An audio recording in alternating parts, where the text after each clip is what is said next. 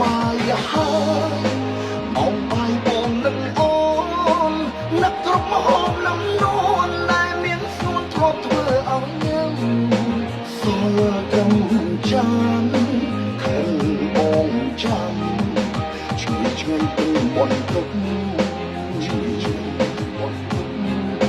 ហំនោះញ៉ាំអើបនលំហំញញឹម